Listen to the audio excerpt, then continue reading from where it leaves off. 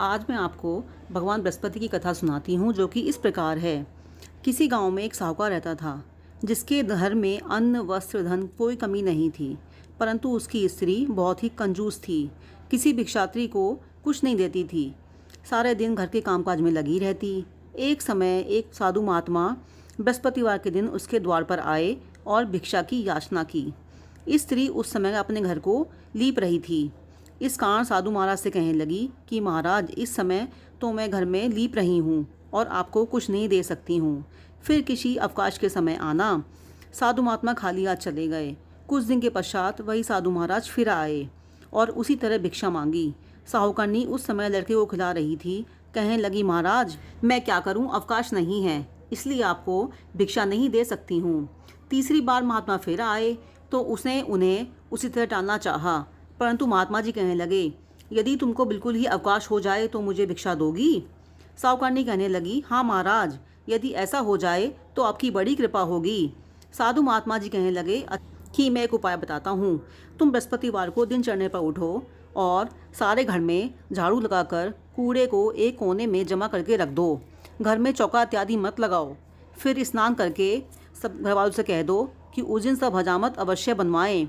रसोई बनाकर चूल्हे के पीछे रखो, सामने कभी न रखो। सायंकाल को अंधेरा होने के बाद दीपक जलाया करो और बृहस्पतिवार को पीले वस्त्र मत धारण करो, ना ही पीले रंग की चीज़ों का भोजन करो। यदि ऐसा करोगी तो तुमको घर में कोई कामकाज नहीं करना पड़ेगा। साहूकारनी ने ऐसा ही किया।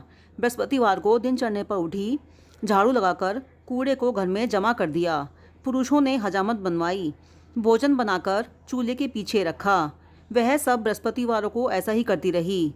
अब कुछ काल के बाद उसके घर में खाने को दाना नहीं रहा। थोड़े दिनों में महात्मा फिर आए और भिक्षा मांगी, परंतु सेठानी ने कहा, महाराज, मेरे घर में तो खाने को अन्न नहीं है, आपको क्या दे सकती हूँ? तब महात्मा ने कहा कि जब तुम्हारे पास सब कुछ था तब भी तुम कुछ नहीं दे रही थी। अब पूरा पूरा अवकाश है, अब भी कुछ नहीं दे रही हो। आखिर तुम चाहती क्या हो, वह कहो। तब सेठानी ने हाथ जोड़कर प्रार्थना की कि महाराज, अब कोई ऐसा उपाय बताओ कि मेरे पहले जैसा धन धान्य हो जाए। अब मैं प्रतिज्ञा करती हूँ कि अवश्य में जैसा आप कहेंगे वैसा ही करूँगी। तब महात्मा जी ने कहा, बृहस्पतिवार को प्रातःकाल उठकर स्नान आदि से निवृत्त होकर घर को गौ के गोबर से लीपो तथा घर में पुरुष हजामत न बनवाएं। भूखों को अन्न जल देती रहा करो और ठीक सायंकाल को दीपक जलाओ। यदि ऐसा करोगी तो तुम्हारी सारी मनोकामनाएं भगवान बृहस्पति जी की कृपा से पूर्ण हो जाएंगी। सेठानी ने ऐसा ही किया। अब उसके घर में धनधान्य वैसा ही हो गया जैसे पहले था। इस प्रकार भगवान बृहस्पति की कृपा से अनेक प्रकार के सुख भोग कर दीर्घ काल तक जीवित रही। बोलो बृहस्पति देव भगवान की जय। अगर आपको मेरी कथा पसंद आई हो तो मेरे चैनल को लाइक करना और सब्सक्राइब करना। धन्यवाद।